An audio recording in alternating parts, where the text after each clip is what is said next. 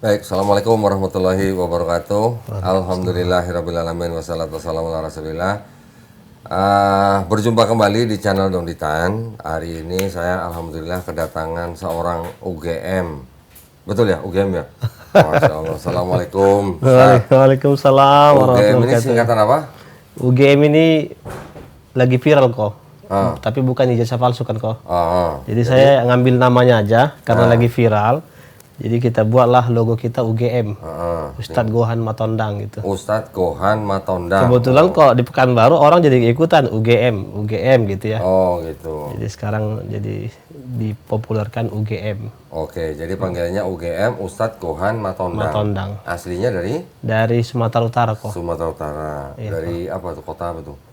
Kita Labuhan Batu. Labuhan Batu. Iya, Rantau Prapat. Oh, Prapat. Rantau. Rantau Prapat. Iya, Rantau Berarti Prapat. di Danau Tobanya. Kalau asal marga Matondang Samosir. Oh, sama Pulau Samosir. Pulau Samosir. Oke. Tapi lahirnya udah di Labuhan Batu namanya. Oke, nah UGM ini dulunya kafir. Dulunya kafir kok. Betul ya? Betul. Berarti kan mantan kafir kan? Mantan kafir. Tahun berapa syahadat? Dan, Tepatnya tanggal 25 Mei 2005. wih, 2005 udah lama banget ya? Angka cantik kok. 2005. Pakai 55 semua kok. 2005 berarti saya masih kafir itu. Masih kok ya kok. 2005, usia berapa waktu itu? Waktu itu alhamdulillah umur 21 tahun kok. Oh, masih muda ya? Masih kok. Kenapa? Siapa yang suruh? Jadi nggak ada yang suruh kok. Nggak ada suruh, Nggak mau ada yang sendiri. suruh. Mau sendiri. Syahadatnya di mana? Keinginan sendiri dulu syahadatnya di asrama haji Medan. Oh, di Medan. Sedang apa? Kuliah atau apa? Saya waktu itu kuliah semester 2 jurusan teknik industri di ITM. ITM, semester 2. Semester 2. Nah, terus gimana? Itu ada riset dulu atau ngelihat apa atau ngelihat siapa? Kok bisa tiba-tiba masuk Islam? Ya, tentunya riset ya kok ya. Riset, Kita kan mualaf-mualaf ini punya banyak kisah-kisah hidayah. Hmm. Bolehlah cerita sedikit ya kok. Nggak boleh sedikit, harus banyak. Kalau sedikit mah pakai WA aja kalau sedikit. Jadi kok dulu saya itu sebelum apa bahasa kasarnya lah waktu masih kafir kok. Saya dulu tergabung di satu lembaga gereja namanya GKII. GKII, Ya, Gereja Kristen. Kemenangan Iman Indonesia. Oh, saya pikir Gereja Karo, bukan ya? Iya, bukan. Gereja Jadi Kemenangan Iman Indonesia. Iman Indonesia. Itu pimpinannya Benyamin Munte. Pendeta tuh ya. Ya, yang mendirikan lembaga itu ya, gereja itu. Terus? Dengan latar belakangnya pasti karismatik. Oh, karismatik. Iya, karismatik. Berarti bahasa roh ya? Cara ibadahnya pun kalau nyanyi-nyanyi, Berarti bahasa roh kan? bahasa roh. Oh, bisa bahasa roh dulu. Nyanyi-nyanyi dulu, nangis, ya bisa nangis. Iya. Kalau lompat-lompat, pujian itu lompat-lompat, kita lompat-lompat gitu. Sampai bahasa roh tadi, tapi itu kan hanya sekedar ikut-ikutan ya. Dulunya bisa nggak bahasa roh? Ya dulu kita ikut bahasa roh itu. Bisa? Bisa. Oke. Ikut kursus nggak waktu itu? Ya ikut training penginjilan namanya. Enggak, yang untuk bahasa roh ikut ada kursusnya nggak? Enggak. Oh, nggak ada. Tapi karena kita sering nginap di gereja, Oh. sering malam, dulu kan versi itikaf lah kok. Oh, itu kan. Itikaf kok. Berdiam di gereja kok. Jadi saya sering kebaktian sampai kalau kita sholat tahajud dulu ada juga kita itu melakukan Doa malam. doa malam sampai Qiyamul lail pagi. dong berarti. Iya. Versi Qiyamul Lail kok. Versi gimana? Itu yang karismatik kita gitu kok. Tapi Satu keluarga, satu gereja. enggak, beda. Bisa-bisa?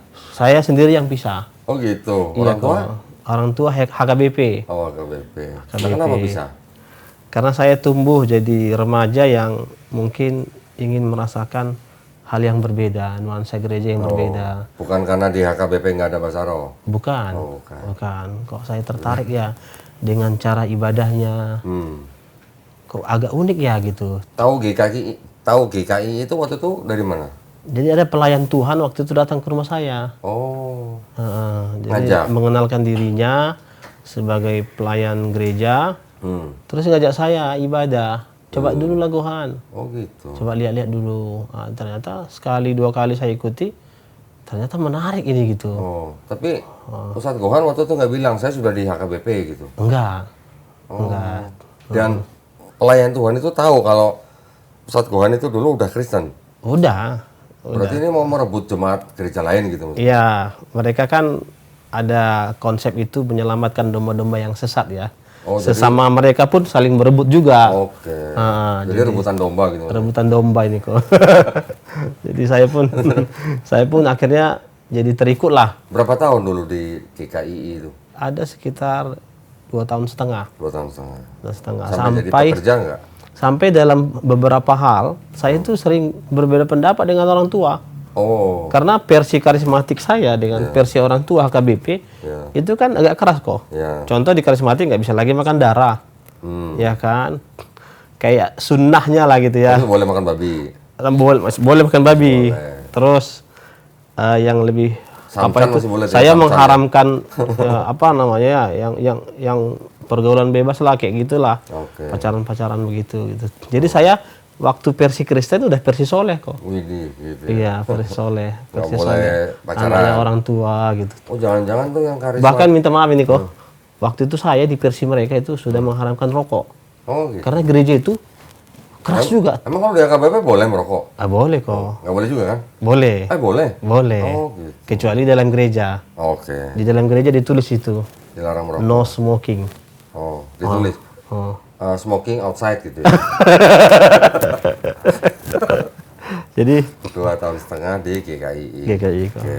Terus pas masuk Islam itu karena apa? Jadi kok waktu itu saya merasa makin banyak ilmu bukan makin yakin. Oh. Harusnya kan kok kita kalau semakin banyak ilmu semakin bertakwa, semakin istiqomah. Saya rutin ikut penginjilan, training penginjilan, ikut turun ke lapangan menyelamatkan domba-domba yang sesat. Kok jalan-jalan gitu? Iya, saya dulu kok nekat kok. Apain? Ke rumah orang. Nggak peduli saya, Mak. Itu rumah Kristen, itu rumah orang Islam. Saya ikut pintunya. Mak, Bapak Ibu, saya dari gereja. Pernah orang Islam itu kok. Saya masuk. Selamat malam, saya dari gereja. Saya ingin menyampaikan tentang Yesus Juru Selamat. Yang rela mati di kayu salib untuk menebus dosa-dosa manusia. Boleh saya masuk? Nah, ada rumah yang saya datangin itu. Saya disambut kok. Sama orang Islam? Sama orang Islam. Bahkan disiapkan teh, kopi, roti, makanan. Coba kalau orang yang ngerti akidahnya mau dicuri, pasti dia bilang, duduk dulu sebentar ya Mas. Saya ke belakang dulu, bawa ambil celurit. Kalau antum masih di sini, saya datang nanti dari belakang. Siap-siap, pasti gitu kan? Karena bicara akidah tadi ya. Tapi malah saya disambut begitu. Padahal saya mau curi akidahnya. Tapi saya terjemahkan waktu itu karena itu tadi banyaknya orang Islam yang nggak ngerti gitu ya, kalau nggak ada ilmu. Jadi banyak orang Islam yang menerima kedatangan Mas Bohan waktu itu? Iya kok, ada 1-2 yang menerima. Nah, karena ladang kita itu target bukan hanya Kristen yang tanda kutip tidak taat, tapi siapa aja yang bisa kita masuki, kita masuki. Karena misinya menyelamatkan domba-domba yang sesat. Dari Matius 28, karena itu pergilah, jadikanlah semua bangsa muridku, dan baptislah mereka dalam nama Bapa, Anak, dan Roh Kudus. Kan ini dasar kita ini. Makanya ada gerakan misi itu. Nah, kembali ke tadi kok, saya semakin banyak ikut training penginjilan, bukan semakin yakin. Nah, terus? Semakin banyak keraguan. Keraguannya karena? Jadi puncaknya dulu, saya dengan spontan melihat foto Yesus di rumah saya. Foto Yesus kan sebenarnya banyak. Ada yang disalib, ada yang perjamuan kudus, ada yang gendong domba, ada juga yang lagi berdoa. Foto Yesusnya yang rambut pirang nggak? Yang rambut pirang kok. Mata biru. Mata biru. Yang bule berarti ya. Dia berdoa. Kan dibikin di situ Jesus praying in the garden. Yesus berdoa di taman. Jadi ceritanya kan Matius pun menukilnya itu kan. Lukas juga, Markus juga menukil Yesus berdoa di taman. Jesus praying in the garden. Yesus berdoa di taman Getsemani. Di situ kan ditulis, Bapa, seandainya cawan ini berlalu dariku, bukan kehendakku melainkan kehendakmu. Disitulah kok waktu itu Ana mulai berpikir, kok Tuhan berdoa? Nah, ini kan fundamental ini, dasar ini. Kenapa Tuhan berdoa? Apakah pantas yang berdoa jadi Tuhan? Karena Tuhan pasti nggak butuh doa. Padahal saya menjadikan Yesus ini sebagai Tuhan. Tapi kok dia berdoa? Gitu. Nah inilah yang saya coba cari jawabannya, termasuk nanya sama pendeta, sama teman-teman saya waktu itu. Ternyata nggak saya temukan jawabannya. Jawabannya itu semua ngambang. Ya pasti ada jawaban kok. Tapi kan kita tahu ini, mana jawaban yang betul-betul berdasarkan logika, mana yang hanya nukil-nukil saja. Ya kan? Nggak waktu itu jawaban pendeta apa? Ya, jadi dia menganggap analogi langsung gini kok. Jadi kalau kita waktu itu kan zamannya SBY. Jadi kalau kita ketemu SBY, ya, kenapa Yesus berdoa? Karena dia anak Tuhan. Jadi kalau kita mau ketemu SBY, presiden, pasti kita ketemu ajudan pertama. Selamat pagi, misi Pak, mau ketemu presiden. Silakan masuk. Pintu kedua nanti ada, pintu ketiga ada, sampai nanti pintu terakhir kemungkinan banyak, ya kan? Bisa saja presiden tidak di tempat, bisa saja tinggalkan pesan, presiden ada tamu lain, maka inilah menyampaikan. Yesuslah menyampaikan kepada Bapaknya. Itu jawaban pendeta begitu. Itulah analoginya. Jadi dia hanya giring saya supaya saya percaya langsung kepada permisalan, contoh begitu. Tapi kan yang berdoa Yesusnya. Iya, Yesus. Berarti Yesusnya yang nemuin ajudan gitu. Iya, Yesus meminta kepada Tuhannya. Kalau kita meminta kepada Allah melalui Yesus, nah gitu. Analoginya gitu. Analoginya begitu kok. Jadi di situ kan jawaban-jawaban yang menurut saya waktu itu ini nggak benar nih, kacau nih. Terus? Konsep ketuhanan ini nggak seperti ini. Karena bagi saya waktu itu sesuatu disebut Tuhan, dia harus punya banyak poin-poin yang disebut Tuhan. Kenapa Allah berpangkat Tuhan? Allah Bapa itu kenapa berpangkat Tuhan? Ya kan? Saya mulai mikir kok. Karena dia sang pencipta. Iya kan? Kalau Yesus bukan. Yesus bukan sang pencipta. Bahkan dia diciptakan dari rahim seorang wanita. Oh, kata mereka penciptaannya dahsyat, hebat. Lalu melalui Roh Kudus ditiupkan ruh, hamil lah. Nggak ada ditulis ditiupkan roh, nggak ada. Ya, misalnya kan. Itu mah di Quran. Iya, di Quran misalnya kan. Jadi mana lebih hebat, penciptaan Adam atau penciptaan Nabi Isa? Itu dulu mulai proses pemikiran. Terus? Ya, kemudian Yesus ini butuh tidur, butuh makan, butuh istirahat. Mulailah dulu berkecabuk pikiran saya tuh kok. Gimana kalau Tuhan tidur?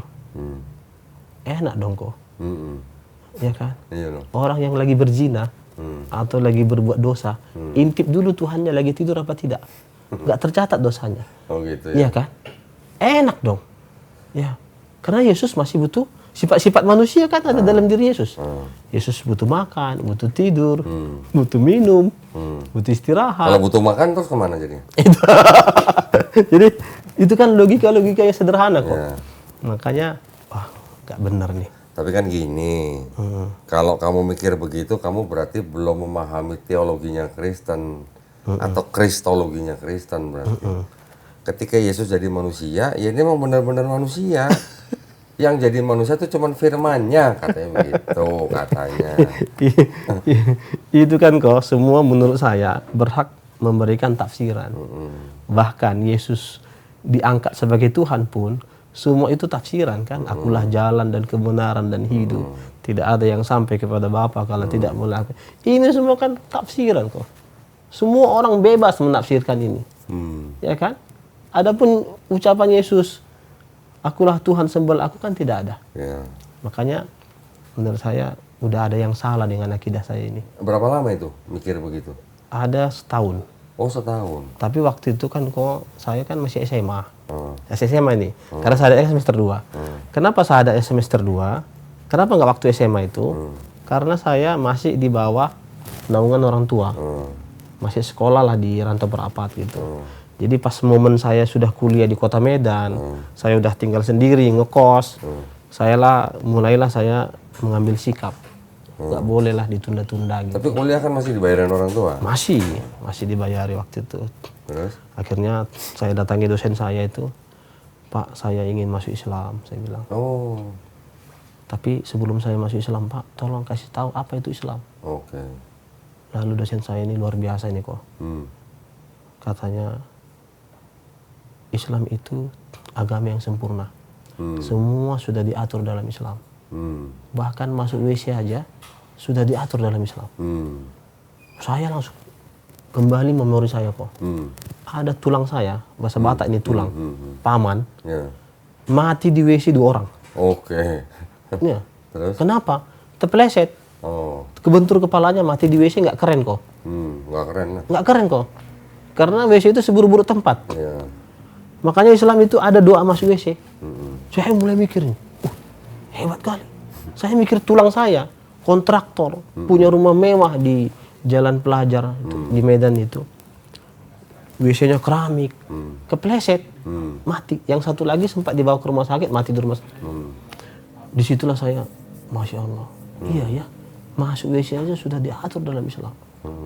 Waduh. Tapi dosen saya ini ngomong gini, sebaiknya Gohan, jangan kau dulu masuk Islam. Kenapa? Coba pikirkan dulu lagi. Jangan, Pak. Terlalu lama saya mikirkan. Dikasih saya tawaran 3 hari kok. Oh gitu. Tapi kan kayaknya dia mau melihat saya nih. Serius nggak si Fulan ini? Pak, janganlah di 3 hari. Sekarang aja saya masuk Islam. Oh, aduh. Sekarang saya puas dengan penjelasannya kok. Dari semua beberapa orang yang saya temui, hanya dosen saya inilah yang memberikan saya penjelasan tentang Islam yang begitu sederhananya, tapi masuk di otak saya itu dari kisah dia itu. Sampai dia bilang, semua hal sudah disampaikan oleh Rasulullah. Sampai dalam sebuah ungkapan itu, Ali bin Abi Thalib, tidaklah burung yang mengepakkan sayap di langit kecuali ilmunya sudah diturunkan oleh Allah kepada Rasulnya itu. Disitulah saya, wah ternyata Islam ini agama yang berdasarkan dalil, lengkap, bahkan masuk WC aja sudah diatur dalam Islam. Di situ saya kagum kok. Akhirnya saya janjian sama dia, masuk Islam saya hari Jumat. Oh nggak hari itu juga? Malam Jumat, hari itu juga, gitu kan Kamis. Kamis pagi, malam Jumat kami ketemu di asrama haji. Jadi saya masuk Islam malam Jumat, kalau dalam kalender Hijriah kan itu hari Jumat.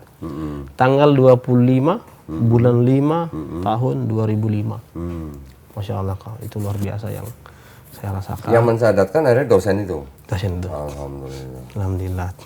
Di dalam buku saya pun saya buat itu. Nama beliau itu yang sangat berjasa, Pak Muhammad Rozali, dosen saya. Pak Muhammad Di Rozali. buku saya itu yang berjudul Untukmu Saudaraku yang Mu'alaf. Itu sebagai ungkapan syukur saya lah, dapat hidayah. Gitu. Terus setelah bersahadat, berarti masih belum kasih tahu orang tua? Belum berarti? kok. Berapa lama nggak ngasih tahu orang tua? Jadi gini kok, di sini banyak ini drama yang luar biasa nih yang mau saya bagi sama Dondi nih, Masya Allah. Jadi saya itu kok, waktu itu kan kuliah di Medan tuh. Orang tua kan di kabupaten. Medan, kota Medan. 7 jam dari Medan ke rumah saya. Oh, lama nih ya? Iya, atau 8 jam lah. Terus? Jadi saya sembunyi-sembunyi nih masuk Islam. Karena saya ngekos di rumah tante. Tante saya, kembaran ibu saya. Jadi mama kami kembar. Yang punya rumah di Medan, saya tinggal di situ. Jadi pagi-pagi sholat subuh saya jogging, pura-pura jogging. Taruh sarung di dalam plastik. Jadi kalau ditanya, saya mau jogging. Pas azan subuh saya mampir di masjid. Itulah pola yang saya lakukan. Jadi saya sembunyi-sembunyi 3 bulan. 3 bulan. 3 bulan. Sampai waktu itu saya belum sunat nih kok. Saya datangin lah dosen saya ini. Pak, saya mau sunat. Saya bilang, ini kan libur kuliah. Saya bilang, kan dia tahu. Boleh nggak saya dicarikan pesantren? 3 bulan ini liburan. Oh, liburnya 3 bulan? Kan kuliah kan agak panjang liburnya waktu itu. Boleh, saya carikan nanti. Dititiplah saya di pesantren Binjai. Oh, Binjai. Binjai. Berangkat saya ke Binjai. Sunatlah Binjai saya Sumatera Utara ya? Iya. Bukan Bintaraja ya? Jadi saya kok selama di situ, doa saya setiap sujud saya di lantai. Saya berdoa setelah membaca Subhana Rabbil A'la, saya tambah doanya. Ya Allah, mampukan saya supaya saya bisa menyampaikan keislaman saya kepada orang tua saya. Sholat 5 waktu, 17 kali sujud. Itu aja yang saya baca kok. Masya Allah. hanya minta supaya dimampukan memberitahu ke orang tuanya. Iya, Masya Allah kok. Setelah pulang kok ke Medan, ternyata di rumah tante saya ini udah penuh keluarga besar. Oh, Kakek saya, ngapain? ngapain semua ini? Ternyata manggilannya Mak Tua. Mak Tua, kenapa ini rame-rame? Gak tahu kau opungmu sakit. Oh. Opung. Mamamu sekarang yang jaga di rumah sakit. Oh. Pergi kau tengok sana. Kemana aja kau 3 bulan ini katanya. Loh, Kan nggak ada yang tahu. Oh, nggak Saya bilang aja merantau. Iya, iya, iya. Nah, saya pergi ke rumah sakit. Saya tengok mama saya sendiri. Opung kan lagi pakai ini infus nggak sadar. Jadi Itu berarti papanya mama itu ya? nggak mama kandung ibu. Oh, ibu kandungnya ibu. Iya, Berarti ibu. nenek ya? Nenek, berarti ya? nenek. Jadi, Gohan, datang kau Amang katanya. Iya mak. Iyalah, kemana kau selama ini? Merantau mak, saya bilang. Cari pengalaman. Kan mumpung libur kuliah. Ya udah, makan yuk makan katanya. Rupanya itu daging babi kok. Daging babi. Kenapa saya tahu? Karena orang tua saya itu usahanya BPK kok. Siapa? Orang tua saya. Ibu. Oh, Keluarga kami itu jual BPK. semua gitu. Iya. Tapi di Saya Medan dulu saya pernah, potong. tapi saya pernah ngeliat di BPK ada BPK Muslim gitu. Iya. Iya. itu apa itu? Badan Pemeriksa Keuangan gitu. Bukan, BPK, Babi Panggang Karo. Iya. BPK Muslim. Iya. Yang jualan namanya Pak Muslim. Pak Mus. Mampir. Banyak muslim aja kayak. Terus? Salah setelah- nama deh tuh kok. Jadi Suruh makan. makanlah saya. Saya tengok Makan. daging babi nih. Saya bilang enggak lama nanti saya makan. Oke. Karena saya masih kenyang. Di bus tadi saya udah makan. Saya bilang. Hmm. Rupanya ibu saya ini kok nggak sabar kok. Ini dikopeknya daging babi ini. Ayo makan. Makan? Ya. Oh. Saya tepis tangannya. Mama ini kayak anak kecil, saya bilang. Nanti kan kalau lapar saya ambil, saya bilang. Di situ dia nangis kok. Oh. Dia nangis dan dia nggak bertanya, langsung ponis. Kau udah Islam kan? Katanya gitu. Tahu dari Kaget saya. mana? Kau udah mualaf kan? Kau baca Quran kau kan? Kau pakai sarung kau. Kau sunat kau kan? Katanya gitu. Wah. Tahu dari mana? Itulah kok mau saya ceritakan ini kok. Jadi Mama tahu dari mana? Saya bilang. Bilang dulu, kata ibu saya. Iya mak, saya sudah Islam. Saya peluk dia, saya nangis di situ. Tapi Mama ceritalah, Mama tahu dari mana? Saya bilang. Apa kata ibu saya kok? Apa? Itulah Mama mimpi katanya. Oh. Dalam mimpi itu ada cahaya. Kamu semua nampak di sana yang kamu lakukan. Oh. Kamu sholat, kamu baca Quran, kamu pakai sarung sholat kan? Bayangkan kok dari doa sujud tadi tuh. Subhana rabbil a'la, saya tambah apa? Ya Allah, mampukan saya agar saya bisa menceritakan keislaman saya kepada orang tua. Apa kata Allah? Gak perlu kau Ternyata dikasih tahu ya, ada yang ngasih tahu Aku yang mamanya ngasih ya. tahu, kata Allah. Masya Allah. Iya, aku yang nyampaikan kepada ibumu. Papanya gimana? Ah, itulah. Bapak saya kan belum tahu ini mimpi ini. Saya peluklah mama saya itu. Waduh, merinding saya. Ternyata Allah kabulkan doa saya. Nggak perlu saya repot-repot Ngasih tahu. ngasih tahu saya sudah Islam, Mak. Nggak kayak mualak-mualak lain. Perlu bentrok dulu. Iya.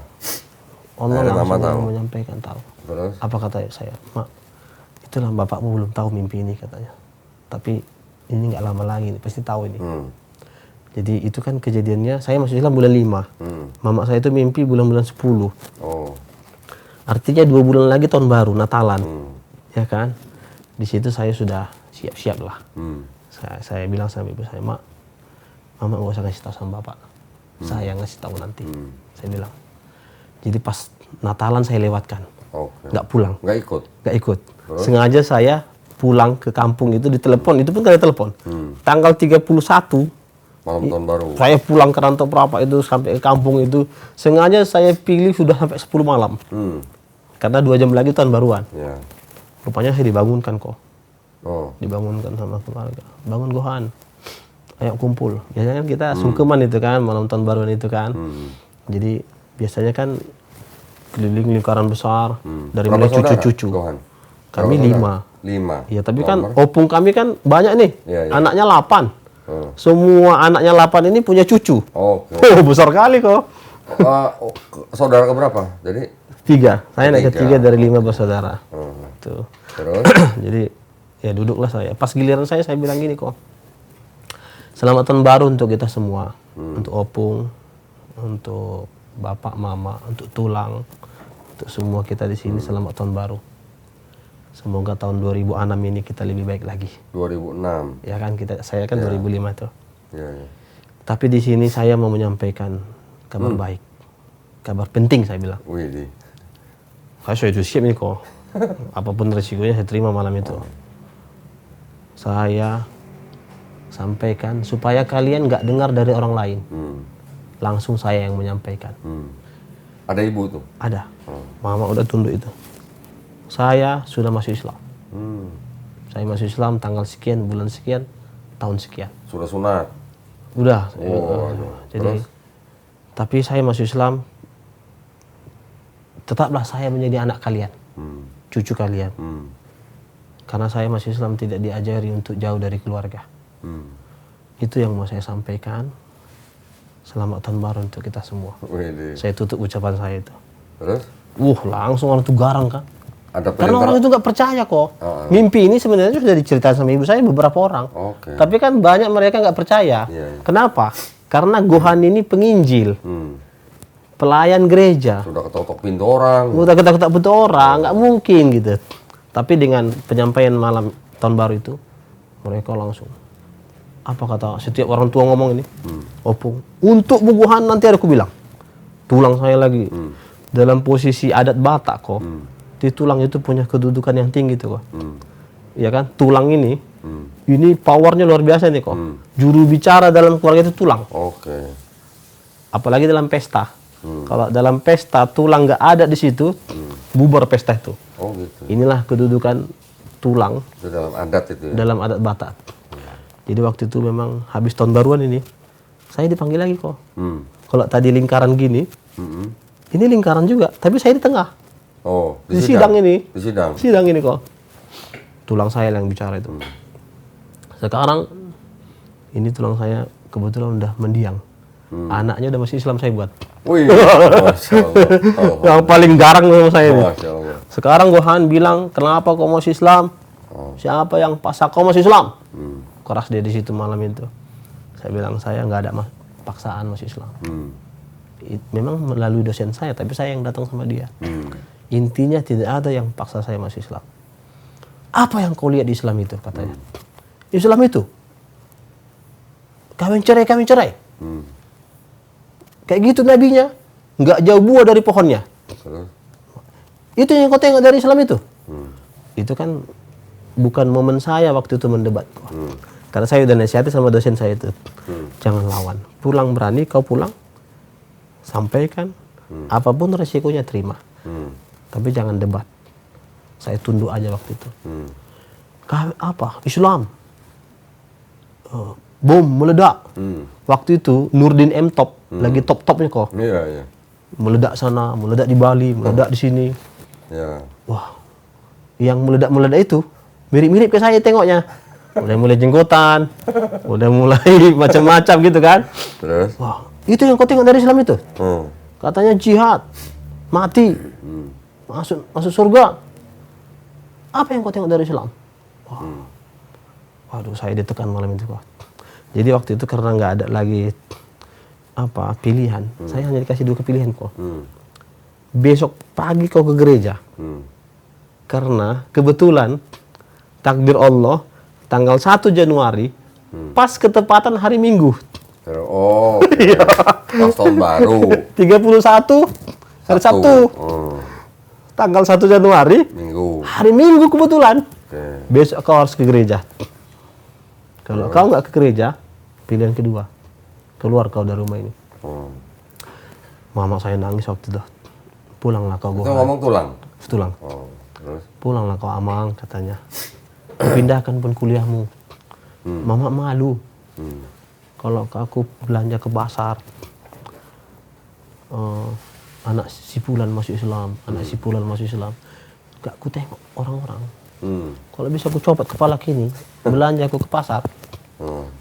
Gak tertengok ku orang itu, katanya. Pulanglah kau anakku. saya bilang sama Allah dalam zikir saya, ya Allah jangan saya terkecoh dengan air mata. Ya Allah jangan saya terkecoh dengan air mata. Itu aja zikir saya tuh. Jadi karena dikasih pilihan itu kok, saya sangat mudah memilih. Besok pagi ke gereja, hari Minggu atau keluar dari rumah. Di situ saya pilih kok.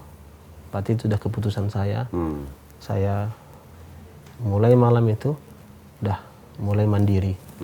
Saya tidak dianggap lagi anak, diboikot dari keluarga, kuliah diputus. Saya ngekos di masjid. Ngekos di masjid. Tinggal di masjid. Ya, ya, ya. Biar nggak bayar kos. Ya. Kuliah putus Ibadah bener? kita. Enggak. Oh enggak. Alhamdulillah saya dapat beasiswa kok. Masya Allah. Iya kok. Saya juga dapat tawaran kerja di apotek Masya Allah. di sebelah masjid yang saya jaga. Oke. Tapi karena pendeta ini asik menteror saya yang baru masuk Islam umur jagung, nggak punya dalil, nggak punya hujah, gimana saya menjawab ini gitu? Pendeta yang suruh siapa? Tulang? Mama. Oh, dari mama. Iya, bujuklah dia gitu. Oke. Nggak ada ilmu saya ini. Saya bilang lah sama yang punya apotek, Bang, saya mau putus kuliah ini, saya mau mondok. Tapi jangan di sini. Saya mau ke Jawa, saya bilang. Wah, cocok Bohan. Menurut abang pun kau harus belajar. Sekali mandi, menyelam, gitu kan. Basah. Waktu yang 3 bulan di Binjai? Itu kan cuma sunat dan baca Quran. Oke. Iya. Iya. Tinggalkan aja kuliah. Nggak masa depanmu ini, katanya. Oh, saya berangkat ke Jawa, masuk pesantren. Di kota mana? Di Jogja. Oh, Jogja. 2006, gempa bumi Jogja. Saya pindah ke Gresik. Oh. Gresik. Dari Gresik saya masuk Lipia. Oh. Masuk Lipia. Nah, jadi ini semua perjalanan panjang ini kok. Nah, yang ngongkosin siapa? Wah, abang apotek. Abang apotek. Masya Iya, Allah. abang apotek itu. Masih ada sekarang? Masih. Alhamdulillah. Tadi baru teleponan juga sama beliau. Alhamdulillah. Jadi waktu itu saya saya ke Lipia itu pun dengan izin Allah itu. Nggak nyangka saya bisa masuk Lipia. Karena latar belakang mu'alaf nggak punya basic pesantren. Loh, tapi kuliah yang di Medan selesai? Oh, putus? Putus. Oke. Ya, putus kok. Semester berapa tuh? Semester 5 jadinya. Semester 5. Iya kan semester 2 masuk Islam. 3 semester masih saya jalani setengahnya. Tapi udahlah, menurut saya itu bukan masa depan saya. Karena pendeta terus. Apalagi waktu itu saya merasa ikut-ikutan. Oke. Orang sholat, saya sholat. Ketika Ramadan puasa, saya puasa. Tapi kenapa ini semua? Kenapa harus sholat? Kenapa harus puasa? Belum ada ilmu saya di situ.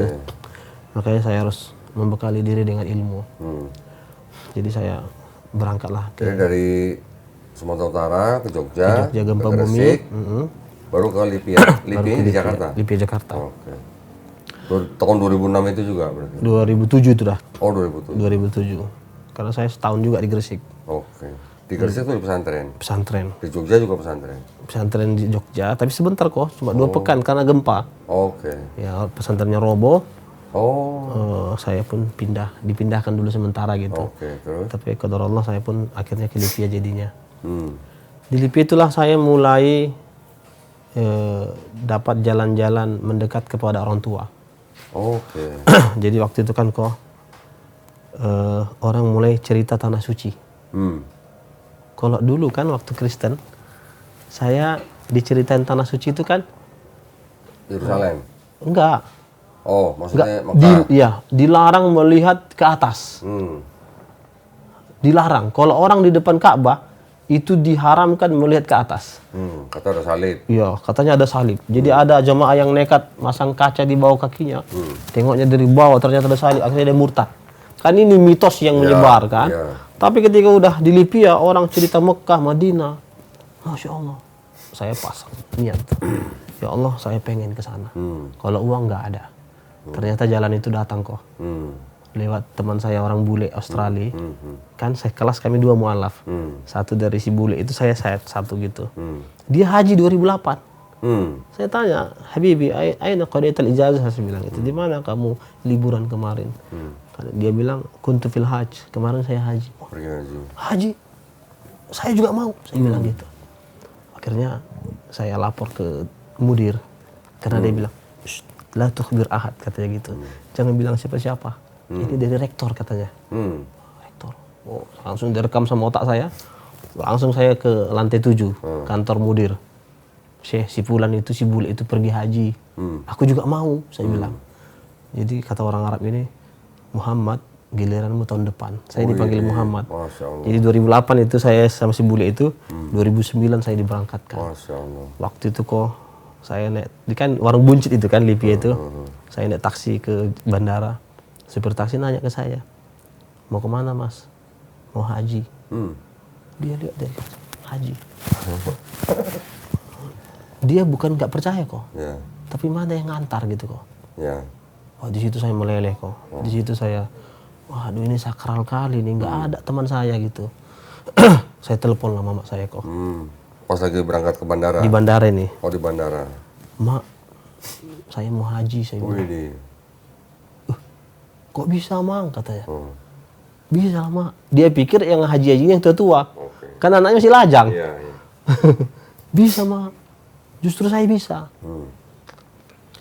Apa kata ibu saya? Kupikir kau main-main Islam itu. Oke. Ternyata kau serius ya. Nanti kau pulang haji, pulanglah kau ke rumah katanya. Wah, di situ kok. Ya 4 tahun saya kok. Masih kalah Bang Toib kok. Oh gitu ya. Bang Toib kan 3 kali puasa, 3 kali lebaran kan kok. Anak 2005 sampai 2009. Baru pulang. Masih menang setahun saya. Tapi itu yang suruh mama pulang. Mama pulang. Oke. Pulanglah kau Amang. Wah, di situ kok. Terus? Menangis saya kok. Hanya 2 doa saya di Ka'bah. Di Padang Arafah, di Musdalifah, di Mina. Ya Allah, berilah orang tua saya hidayah. Yang kedua, ya Allah, berilah saya jodoh. Capek juga saya sendiri kok. Bingung. Ya kan? Gak ada yang lipetin Kalau baju ya? puasa nggak tahu pulang kemana. Kalau mau pulang ke kampung, orang tua jualan BPK. Mau makan apa? Gitu. Tapi, Masya Allah, dari 2 doa ini kok Alhamdulillah. belum ada yang dijawab kok. Hanya 1 itu. Langsung doa pertama itu, beri saya jodoh itu. Ya, jodohnya Udah. Orang tua Istri belum. saya, orang tua belum. Loh, papa waktu denger gimana? Waktu Serahkan saya ke sih, tulang? waktu haji. Enggak, waktu masuk Islam, papanya Tulang, semua juri bicara orang terserah Batak. tulang. Tulang kok. Terus waktu denger naik haji gimana papanya? Wah seneng kok. Oh seneng. Senang juga kok. Karena di satu kebanggaan dia anaknya udah jadi ustadz, udah haji. Widih. Jadi waktu saya pulang itu pas haji itu kok, yang datang ke rumah saya tokoh-tokoh itu semua. Oke. Malah dipijaknya itu rumah makan BPK itu, tapi nggak makan lah tentunya kan, hanya dengar anakmu udah pulang haji, mualaf, masya Allah 4 tahun nggak kelihatan, tiba-tiba pulang udah Udah haji. udah jadi dai gitu. Widih. Itu Itu udah lulus dari Libya? Belum kok. Itu kan 2009 kok. Terus? Saya selesai dari Libya itu 2012. 12. Jadi Masya Allah, itulah kepulangan saya pertama. Oh. Langsung saya khutbah Jumat di mana-mana. Itu waktu pulang, tulang masih ada? Ada, gempar kok. Ketemu lagi nggak? Dia di Medan kan? Oh, di Medan. Dia di kota Medan tinggal. Oke. Karena dia ekonominya bagus, jadi dia punya power yang dahsyat waktu itu. Jadi disitulah saya bilang sama mama saya itu, Mak, saya masuk Islam ini tetap diajarkan berbakti kepada orang tua, nggak diajarkan jauh dari orang tua. Bahkan berdosa saya ini masuk Islam, sholat tapi durhaka sama orang tua, saya berdosa, saya bilang gitu. Nah, disitulah orang tua saya mulai menjadikan saya teman curhat ya kok. Oh. Jadi sekarang posisinya terbalik kok. Ya kok. Dia kalau ada nanya-nanya sesuatu kepada saya nih. Oke. Dialog. Bahkan beberapa konten saya kan sama ibu saya nih. Oke. Ada kawan-kawan kan minta itu bikinlah kontennya sama ibunya. Oh. Udah saya bikin konten. Udah punya ini channel YouTube? Udah kok. Tapi saya kan nggak aktif kok. Oh, nama channelnya apa? Sebutin dong. Mualaf Riau TV. Mualaf? Riau TV. Oh, Mualaf Riau TV. Iya. Oke. Kalau channel saya semua medsos saya pakai Gohan Pembina Mualaf. Oh, Gohan Pembina Mualaf. Semua itu kok. YouTube, Facebook, Instagram, TikTok, itu semua satu nama. Gohan Pembina Mualaf. Tapi YouTube beda.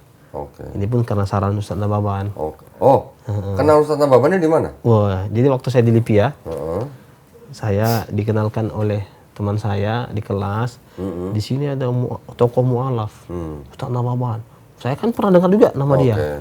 Waktu menonton video-video debatnya. Debatnya. Ya. Di mana dia? Di Bintaro. Oh, saya datangi. Oh. Akhirnya Ustaz Ababan pun nyuruh saya tinggal di rumahnya. Oh. Itu waktu baru masuk Libya ya. Oh. 2007. Hmm. Sebelum haji lagi saya. Mulailah saya tinggal di pesantren Ustaz Ababan sebagai santrinya, tapi hari-hari saya ke Libya. Oh. Hari-hari saya ke Libya, terus di situ juga balik.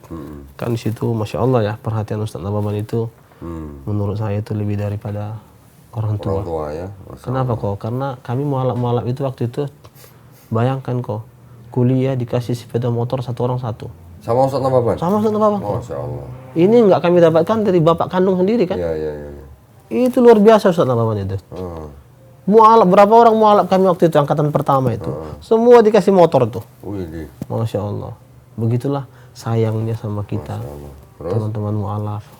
Alhamdulillah, sampai saya nikah pun di tangannya. Masya Allah. Ya, Itu 2010. beliau menikahkan? 2010 saya menikah, suruh tinggal di situ. Masya Allah. Sampai 2012, Ustaz Ababan, udahlah, pulanglah ke daerah. Jangan ngumpul semua di Jakarta. Ayo berdakwah semua, pulang. Jadi saya pulanglah ke Riau. Wah, Karena tempat istri siapa Riau? Istri saya kan orang Riau. Oh, dari tempat istri. Istri saya orang Riau. Lalu saya dirikanlah pesantren, yayasan dulu. Oh, iya. YPMR, Yayasan Pembinaan Mu'alaf Riau. Oh, Yayasan Pembina Mu'alaf Riau. Sejak 2012 sudah mengislamkan lebih dari 1.000 orang. Dari 2012 Iya. sampai sekarang? Iya dong, kok udah lama kan? 1.200 orang? 1.200-an. Masya Allah. Dan Masya Allah, suka duka mengurusi mu'alaf ini udah banyak kok. Masya Bahkan waktu itu saya mau dipenjarakan sama mu'alaf. Kenapa? Wah, jadi kita kirim dia ke pesantren Ustaz Ababan. Kita kirimnya belanja setiap bulan. Sekian ratus ribu gitu ya. Karena kan di sana kan makan gratis. Iya. Malah dia pindah pesantren Oh, tanpa sepengetahuan kita, kabur dari tempat Ustaz Ababan. Malah kita kirim ongkos pulang, nggak pulang, minta pindah lagi ke pesantren lain. orang tuanya nggak terima itu? Bukan, dianya nih memang. Iya, maksudnya orang tua santri itu yang nggak terima berarti? Bukan, itu kasus salah satu ya. Kalau kasus lain saya mengislamkan, saya dilaporkan oleh orang tuanya Oke. karena mengislamkan anaknya. Alhamdulillah kan kita lembaga ya, kita punya banyak SOP keislaman dari mulai surat pernyataan. Ya, saya ada pengacara, tim hukum kita ada. Ya laporkan aja, saya bilang. Kita ada SOP. Kita nggak semata-mata mengislamkan anak orang. Tentu ada standarnya, saya bilang gitu. Ya, saya ketika saya mau dilaporkan, saya tawarkan aja. Laporkan aja, saya bilang. Kita semua ada SOP-nya. Gitu kok. Jadi suka duka mengurusi mualaf ini luar biasa kok. Tapi itu pun kok, Allah nggak pernah cabut dari hati saya. Supaya saya bosan mengurusi mualaf. Oke. Alhamdulillah kok. Terus ya ada. Ya. Terus aja kok. Sayang banget ya, Kang. Sampai saya dapat wakaf dari Arab Saudi untuk membangun pesantren mualaf Masya Allah. Di Riau? di Riau. Sudah bangun? Sudah bangun kok. Alhamdulillah. Ada gedungnya, asramanya, masjidnya. Itu dari satu orang kok. Masya Allah. Ya, jadi saya bikin sekolah dai mualaf 2 tahun. Masya Allah. Program 2 tahun. Di sisi lain kita ada program pembinaan rutin. Itu yang mualaf-mualaf baru. Itu tadi yang 3 bulan, setahun, 2 tahun. Ini yang sekolah dai khusus. Khusus jadi dai? Dai mualaf. Oke. Jadi dari mana-mana nanti setelah 2 tahun pulang. Oke. Bisa jadi imam, bisa jadi khotib. Tapi kalau dia bilang, Ustadz saya mau lanjut kuliah, kita rekomendasikan ke Libya. Oke. Ya kan, 2 tahun itu pembekalan lah. Pembekalan, kalaupun nanti dia pulang ke kampung halamannya, ini juga jadi kabar baik ya sama teman-teman dimanapun berada.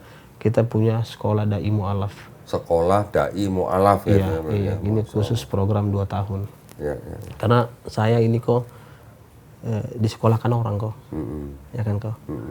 Saya ini kalau Inilah membalasnya iya, gitu ya. orang Arab itu nggak minta balasan, bayaran nggak. Tapi mereka beginilah cara kita membalas kebaikan orang-orang yang pernah memberikan. Sudah berapa perhatian. lulusan sekarang dai mualaf? Kita ini masih periode pertama kok, karena kan bangunannya baru baru pertama. baru dapat kemarin. Alhamdulillah, ini pun butuh perjuangan lama kok. Dan memang kita nggak segi lihat teman-teman yang di kota-kota besar untuk mendulang donasi, nggak seperti itu kita. Karena saya profesinya kemarin PNS kok. Ini baru saya berhenti nih kok 2 tahun ini. Loh. Selama ini saya pejabat kok. Oh, dari Ustadz Nababan ke Riau di PNS. Dulu saya PNS kok, Oh, di dinas apa? di dinas sosial. Dinas sosial. Tapi karena saya mengurusi mualaf ini dulu dari sisa-sisa waktu, karena masih merasa, aku punya gaji kok, ya kan, aku punya jabatan. Tapi akhirnya jadi urusan itu jadi nggak maksimal. Lalu saya bilang sama istri, udahlah berhenti aja di PNS ya, saya bilang. Apa usaha kita? Ya kita bikin travel umroh. Jadi saya waktu dapat hadiah haji, travel di Jakarta udah pakai saya kok. Karena saya udah mulai mulai mudeng dengan urusan tanah suci, saya pun mulai bawa jemaah. Walaupun saya PNS dulu, PNS yang nakal kok. Karena saya jarang masuk kantor. PNS bolos maksudnya? Iya, PNS bolos. Saya bilang sama Bupati, Pak Bupati. Kebetulan Bupati ini juga umroh sama saya. Masya Allah. Pak Bub, saya mau berhenti. Oh jangan Ustadz. Orang nyogok jadi PNS antum kok. Berhenti, jangan.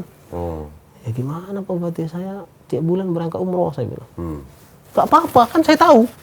Berangkat aja, Anda tahu Ustadz Gohan sibuk. Tapi kan gak enak. Pak Bu, saya bilang. Udah berangkat aja. Terus? Atau saya pindah katanya ke kantor camat. Di kantor camat itu nanti saya ngomong sama camatnya, kamu boleh masuk nggak masuk. Gak apa-apa. Oh janganlah Pak Bupati, makin nakal lah saya nanti, saya bilang. Nggak apa-apa. Atau cuti dulu. Semua saya ditawari. Saya bilang enggak. Saya berhenti ini, saya sudah bikin proposalnya, kasih disposisi aja, saya bilang. Alhamdulillah ada berhenti ya? Disposisi. 2 tahun yang lalu? 2 tahun ini saya sudah. Jadi sekarang konsen ke travel? Sekarang saya masih PNS. Hah? Pegawai ngeri sekali. Pegawai ngeri sekali. Pegawai ngeri sekali? Iya. Artinya bukan pegawai negeri ya, tapi pegawai ngeri ya. Pegawai ngeri sekali. Artinya rezeki kita nggak diukur lagi. Kalau PNS kan udah terukur. Ya. Kojo nggak kojo, saya 500. Kalau ini kan banyak kita bergerak. Di Pekanbarunya nih berarti? Di kota Pekanbaru. Alhamdulillah kok. Sayang banget, bulan Oktober tahun lalu saya ke Pekanbaru. Itu kok. Kemarin Anda udah lihat juga Jawa Lantem itu. Enggak kok, kenapa nggak ada yang kenalin ke Ustadz orang Gohan ya? Saya bintangnya di sana kok. Kalau kok sebutkan nama saya, ada yang datang kalangan mualaf. Cuman kok nggak ada dari YPMR. Itu yang dari Masjid Raya, Masjid Agung Nur. Mereka kan punya pengurus BKM ya, punya bidang mualaf. Kalau kita kan lembaga khusus semua. Malah kemarin Masjid Raya malah bawa pengurus mualaf yang untuk di Padang atau di mana gitu? Iya, mungkin di Padang itu banyak sentuhan itu kok, butuh banyak sentuhan itu. Nah, di Riau ini sendiri bagaimana? Banyak orang masuk Islam di sana? Riau ini kan kok kota industri yang memungkinkan selera perantau itu banyak. Kalau di sana ada pabrik kertas terbesar di dunia, bahkan di Asia itu nomor 1. Itu yang paper one itu dipakai juga itu kan. Itu kan dari tempat kami itu kok, era PP itu. Nah jadi memang karena orang-orang luar banyak merantau di situ ya. Itu memungkinkan banyak orang-orang yang merantau itu masuk Islam. Dapat hidayah dari sana kok. Alhamdulillah. Jadi inilah dulu tugas kita sampai karena udah lama kok. Jadi orang manggil saya, kalau Kua manggil orang menikah kan, saya dipanggil untuk mengislamkan orang. Mensyahadatkan. Oleh Kemenak. Oleh siapapun. Siapapun. Oleh BKM, oleh KUA. Masya Allah. Bahkan kawan telepon saya, ini ada yang masih Islam Ustadz. Masya Allah. Bahkan 2 hari yang lalu saya ada mengislamkan. Iya. Orang Chinese juga kok. Di Riau. Orang Chinese di Riau. Asal Medan. Jadi berarti yayasan YPMR itu juga mengeluarkan sertifikat kan? Iya kok, pasti kok. Itu sudah cara kita memuliakan, menyambut saudara baru yang mau masuk Islam itu. Bagaimana hak-hak mereka terpenuhi. Kayak sertifikat ini kan gunanya untuk mengganti kolom agama di KTP. Ya kita berikan kok. Bahkan sertifikat itu diakui. Bahkan kalau ada mualaf bikin KTP dicapil, mengganti kolom agama, tuh ambil dulu sertifikatmu dari yayasan mualaf. Gitu kok. Jadi seperti itulah posisi kita kok. Jadi ya mungkin ya. Sayang benar kemarin kok nggak ada yang kenalin ya waktu di berarti Pekanbaru ya. Berarti kok butuh datang lagi sekali lagi nih ke Riau nih. Baru datang sekali ya. Iya, saya yang ngundang berarti. Lagi dong. Berkali-kali. Iya berkali-kali. Kalau kemarin Koko siapa yang ngundang nggak tahu, ini saya nanti yang ngundang ini. Masya Allah. Spesial nih. Kalau kemarin saya yang ngundang Ustadz Nababan, Berarti Ustadz Bapak sering dong ya? ibu saya yang Rutin ini. ya berarti ya? Setiap saya ya nggak bisa dia nggak datang. Oke. Ini bahkan nanti Maulid sudah terjadwal lagi jadwalnya. Oh iya. 10 hari. Masya Allah. Per 10 hari saya buat ini keliling Ustadz Nababan. Masya Allah. Ah, Yalah ditunggu aja undangannya. Siapa Iya, tahu kita bisa kerja sama apa gitu lah. ya alhamdulillah ini sebenarnya tujuannya kok Ana bersemangat nih datang ke Jakarta ini. Ana udah lihat nama baik Ko Dondi yang banyak kontribusi dakwah, terutama banyak mengislamkan orang yang mungkin nggak bisa kami miliki, tapi Ko Dondi punya gitu ya. Kita saling Ya isi aja. saling melengkapi lah. Saling melengkapi Ya ya. kan kok. Ini yang bikin saya bangga, kagum. Saya bangga supaya mualaf-mualaf ini bermunculan dengan kualitas terbaiknya. Iya. Gitu kok. Nah, yang penting ketika ada orang berhijrah memeluk Islam, mereka menjadi Muslim yang kafah. Benar kok. Itu aja sebenarnya. Ya, kita nggak boleh Karena menuntun syahadat orang kan mudah ya. mudah. Membinanya itu ya. Iya. Belum lagi nanti kalau udah pernak-pernik. Bahkan saya salah satu orang yang nggak menunda syahadat. Ah iya, betul. Saya bilang kalau dia mati nanti besok, Betul. saya bilang. Betul. Baik teman-teman kita itu udah kasih 2 pekan. Siapa yang jamin dia 2 pekan lagi hidup? Jangan gitu. Saya bilang, oke, apa supaya kita yayasan ini sepakat jalan apa yang kita ambil? Saya bilang, oke, sekarang kita bikin peraturan kok. Syahadat kecil namanya. Oke. Syahadat di kantor aja. Oke. Syahadat di kantor itu tidak ada hitam di atas putih. Oke. Kalaupun nanti 3 hari lagi kau murtad nggak apa-apa. Kami nggak marah. Begitulah. Sangkin kita toleransinya tinggi. Oke. Nah, kalaupun nanti kau setelah 3 hari ini bertahan, itu harapan kami. Tapi setelah nanti kau masuk Islam di depan orang banyak, sudah berlaku hitam di atas putih. Pakai materai. Kalau kau murtad kami tuntut. Karena mempermainkan agama. Karena syahadat kecil sudah dilewati. Jadi pas posisi syahadat kecil ini masih boleh dikasih waktu berpikir ulang.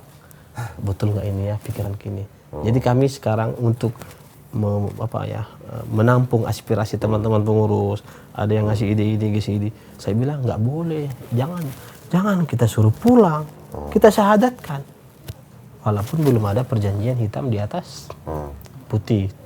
Berapa orang pengurus di PMR itu? Ada 10 orang. 10 orang. Itu kan menyatukan ini kan luar biasa ini kan kok. Harus supaya, punya ya, visi dan misi yang visi sama. misi yang sama. Makanya oke, kita buatlah syahadat kecil. Datang ke kantor, kita tanya-tanya, kita syahadatkan. Artinya dia sudah ikrar syahadatain. Kalau itu kan negaranya tuh kok. Ada pernyataan, ada ini. Nah, itu kan belakangan pun nggak apa-apa. Nah, tapi kalau dia sudah kita telepon, gimana? Masih semangat? Oh, Masih bertahan?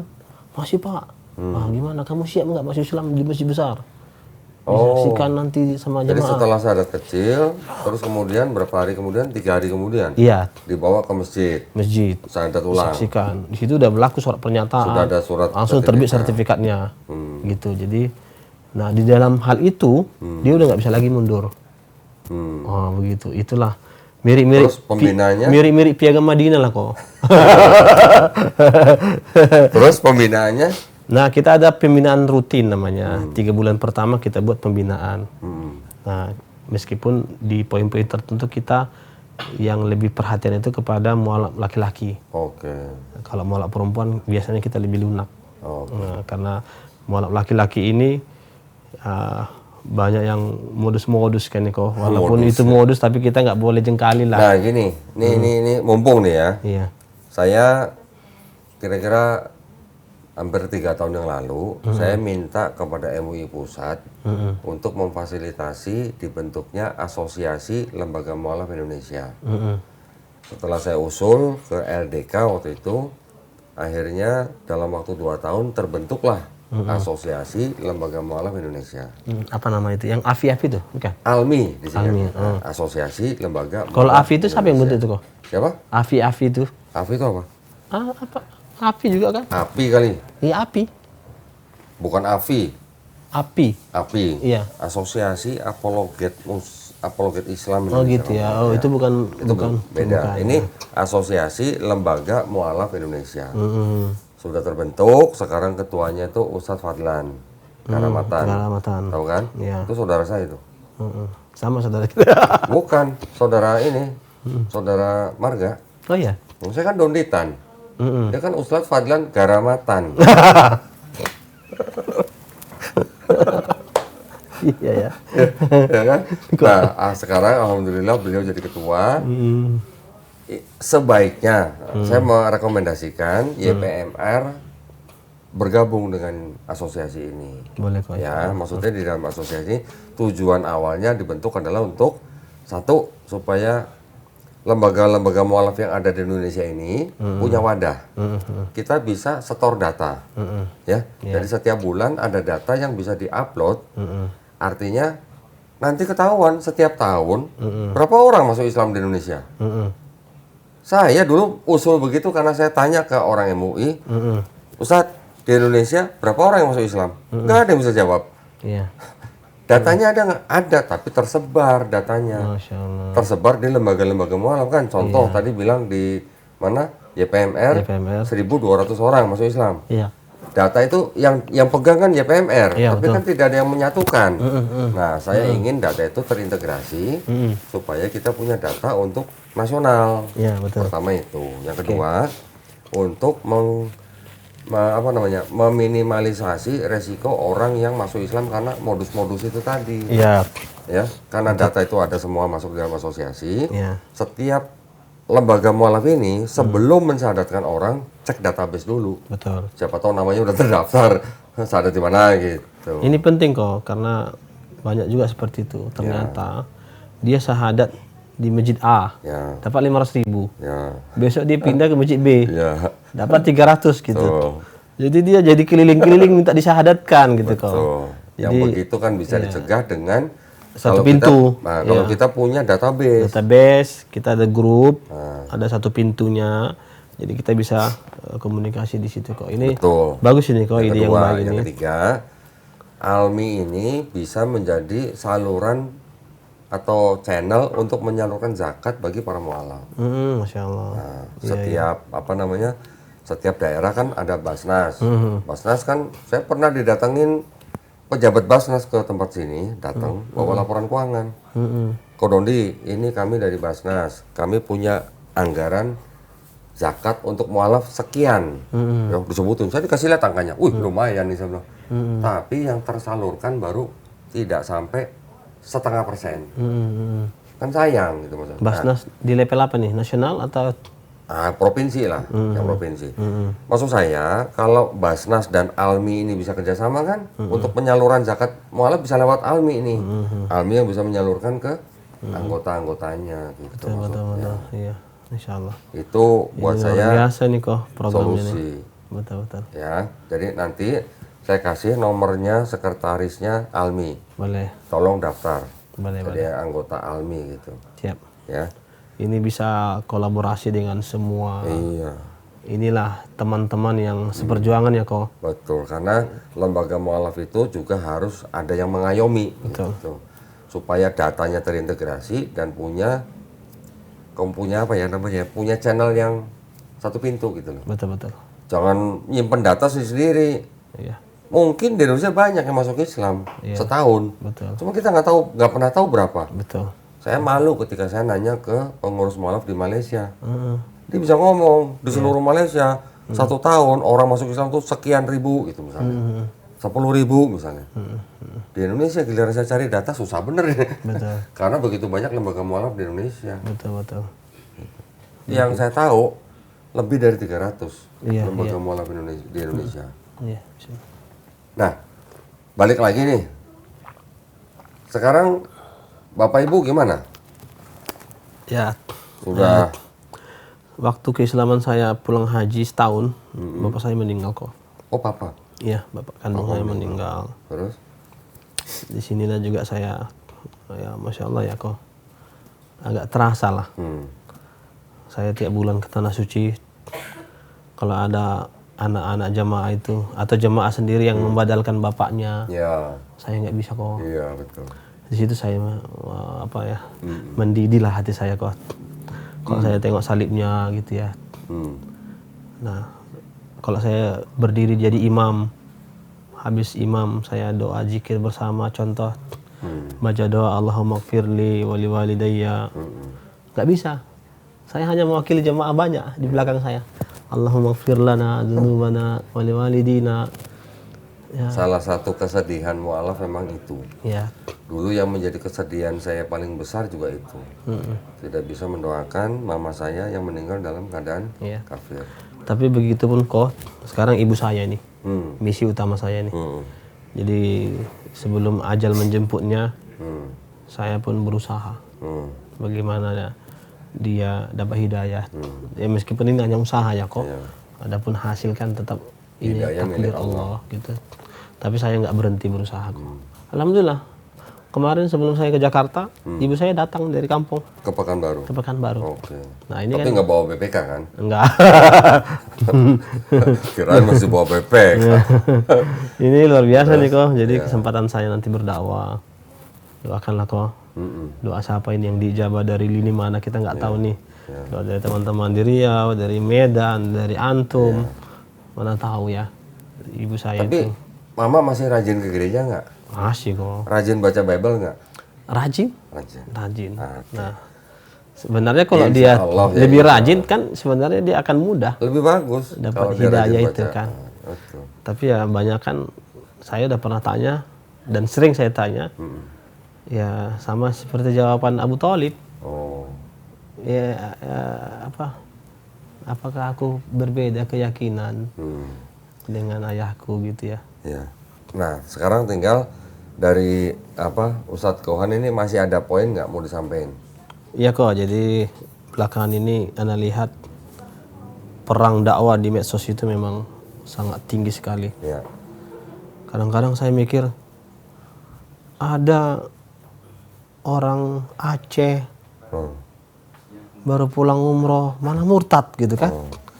Dan ini ditonton oleh ratusan juta orang gitu. Siapa? Viral di medsos. Ratusan juta? Maksudnya tontonan itu. Ya.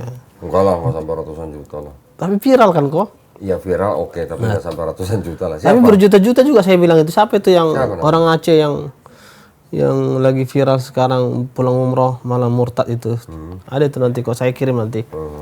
Terus? Jadi sebenarnya bukan karena kualitas hidayahnya yang dia bicara versi hidayah ya.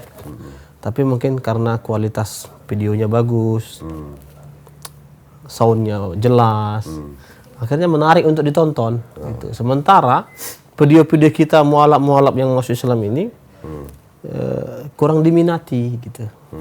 Mungkin pengambilan gambarnya tidak baik, ya kan, segala macam lah pengerjaannya gitu.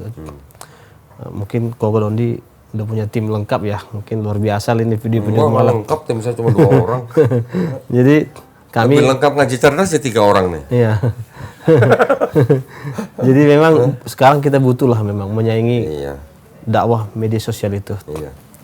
Jadi kami sekarang di Riau itu, saya karena udah berhenti PNS, mungkin saya akan terjun totalitas. Iya. Saya mau bikin studio juga inilah kayak Kodon ini, Masya Allah. Merinding saya melihat lengkap ini ya. Jadi memang saya rencana memang buat studio kok. Alhamdulillah. Studio. Jadi kita akan produksi video-video yang nanti bisa kita posting. Ya orang Islam harus punya. Iya dong. Ya kan, gebrakan-gebrakan gitu. Ya kita udah belajar di pesantren, kuliah agama, masa nggak berani terjun di dalam hal itu gitu. Memang selama ini kok saya ngerem-ngerem. Ngerem apa? Kenapa? Karena saya diwanti-wanti oleh ibu saya. Kohan, jangan kau bikin malu mama ya. Jangan kau minta-minta viral-viral di situ-situ itu gitu. Kalau saya mau memang dari dulu kok. Tapi karena saya masih jaga perasaan ibu lah selama ini segala macam. Makanya saya ngerem-ngerem. Tapi kira saya harus gebrakan ini. Tapi pernah nggak ngajak mamanya untuk belajar Bible? Ya pernah kok. Pernah. Terus pernah buka bareng nggak? Pernah. Pernah Kok. Hasilnya gimana? Ya hasilnya tadi kepercayaan turun-temurun. Turun-temurun. Itu kok yang sulit itu kok. Iya. Nah, jadi doakan kami kok. Ya, insya Allah. Mungkin bisa bikin studio juga kayak Ko Dondi. Ya, insya Allah. Dan mana tahu juga bukan cuma doa ya kok. Hadirkan juga lah yang Usia berapa perhatian sekarang, tadi. 67. 67. Ya, 67. Mudah-mudahan dapat. Insya Allah kapan-kapan siapa tahu ya kalau saya ke Pekanbaru, insya Allah nanti coba Ngopi bareng kok. ngopi bareng mamanya, Iya. buka Bible bareng mamanya. Mantap itu kok. Bahkan sama abang-abang kandung juga saya ajak ini. Ah, boleh. Ya kan kok? Boleh. Atau kalau mau ke Medan boleh. Kok Ini saudara-saudara saya udah ngumpul di Pekanbaru semua. Ini dari Iya. Pekanbaru. Ya. Udah datang di situ semua. Bahkan kalau abang saya itu pengacara kok. Oke.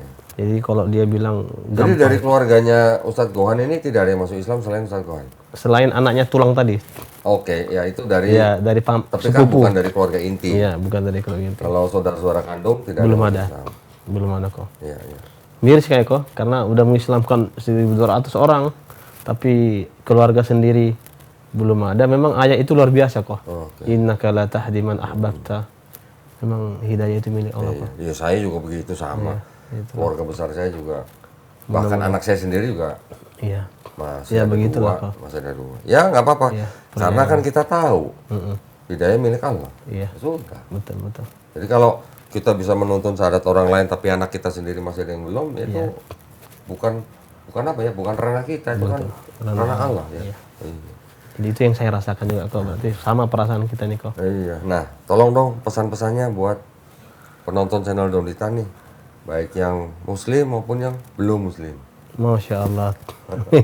ya, ya, jadi singkat aja ya pesan saya. Kami ini mualaf ini, kenapa kami sering cerita di media sosial tentang bagaimana perasaan kami masuk Islam, kemudian mengundang dialog dengan orang-orang yang belum mengenal Islam, bahkan pendeta di level itu. Sebenarnya bukan kami ingin berbuat ribut, tidak. Itu yang harus diluruskan. Jadi yang Muslim kami sampaikan, kami para mualaf berdakwah di media sosial ini minta doanya, dukungannya, ya, supaya siapapun kita dipakai Allah dengan cara apapun, ya kan?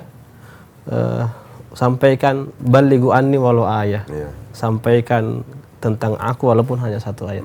Ini yang dilakukan oleh Ko Dondi melalui media-media sosialnya. Nah, untuk orang Kristen jangan baper, jangan baper.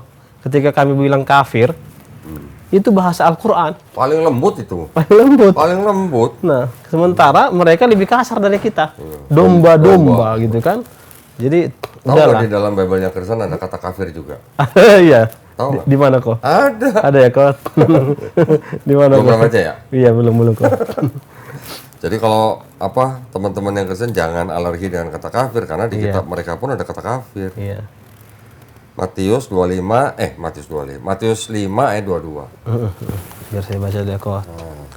Tetapi aku berkata kepadamu, setiap orang yang marah terhadap saudaranya harus dihukum. Siapa yang berkata kepada saudaranya kafir, harus dihadapkan kepada mahkamah agama. Ada nggak? Dan siapa yang, oh ya, kalau sekedar ada ya kok. Ada kan? Ada kok. Nah, jadi jangan baper, betul tadi. Ya, Terus? jadi itu pesan-pesan saya kok kepada orang Kristen.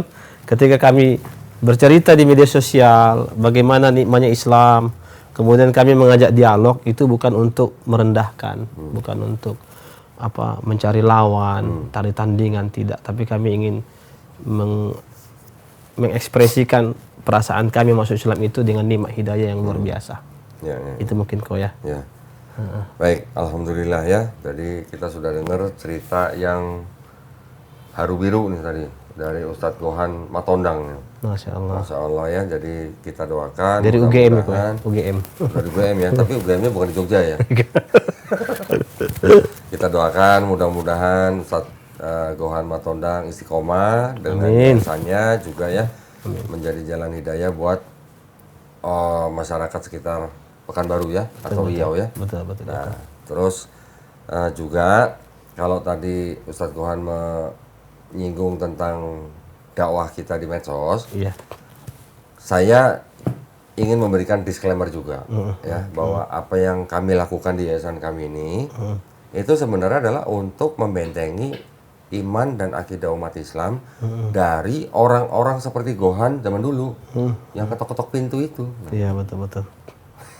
Ada mantan di sini. Misionaris ya. Nah, ada mantan di sini, jadi bukti kan, itu memang ada kegiatan seperti itu. Dan ini ternyata bukan dari saksi Yehova loh. Bukan. Ya, tadi dari apa? Karismatik. Karismatik kan, GKII kan, Iya. melakukan ketok-ketok pintu juga kan. Nah, berarti tidak hanya kalangan saksi Yehova aja yang ketok-ketok pintu. Jadi maksudnya, kalau masih ada misionaris-misionaris yang ketok-ketok pintu rumah, bahkan mengajak orang yang sudah beragama pindah ke agama dari dia, kami akan terus melakukan dakwah seperti ini. Gitu. Ya, jadi kami melakukan dakwah ini tujuannya untuk membentengi iman dan akidah umat Islam dari upaya pendangkalan akidah dan pemurtatan. Masya Allah, iya benar. Gitu ya. Setuju kok. Nah, makanya siapa tahu nanti kita bisa kolaborasi. Ya. Ya, bagaimana mungkin kalau Ustadz Gohan ini mau, kan dari Ustadz Nababan harusnya ada kristologi kan? Iya. Ada kan? Ada. Nah, nanti kapan kita bisa kolaborasi. Betul, ya? betul. Baik, alhamdulillah, terima kasih banyak Ustadz Gohan Mungkin Matonda. cerita sedikit buku saya kok, video kan. Oh iya, Mana buku saya tadi? mana sini bukunya? Ya. Ini ternyata saya UGM menulis buku ini, teman-teman gitu kok. saya dibawain buku nih. Itu aja yang baru. Yang Apa nih judulnya? ya. Bidadari Anak Santri, dan ini ternyata buku yang kedua ya? Buku yang kedua kok. Masya Allah. Nah, ceritanya ini menceritakan apa ini? Jadi ini kok kisah nyata saya dapat bidadari. Oke. Jadi anak santri itu saya. Oke. Ketemu bidadari Hmm. dengan cara yang luar biasa. Munajat di depan Ka'bah untuk minta jodoh. Oke. Nah, jadi Dijabah ya? diijabah oleh Allah Subhanahu wa taala. Jadi saya mau menyampaikan sebenarnya pesan di ini persinopel ya kok. Supaya anak-anak muda terhindar dari pergaulan bebas. Ya. Gitu kok. Ya. Nah, jangan berlarut dalam pacaran. Jangan Makanya kan ada pepatah. segala macam itu. Makanya kan ada pepatah. Kalau tak kenal maka tak. Tak sayang. Ta'aruf. Ya, ta'aruf itu. Ya. Ya, oke. Barakallahu fikum. Terima kasih banyak Ustadz Gohan. Ya, terima kasih atas inspirasinya. Mudah-mudahan bisa menjadi manfaat buat kita semua ya. Amin. Kita pamit undur diri. Kita jumpa di konten-konten selanjutnya. Wabillahi taufiq wal hidayah. Wassalamualaikum warahmatullahi wabarakatuh. Waalaikumsalam. Foto-foto.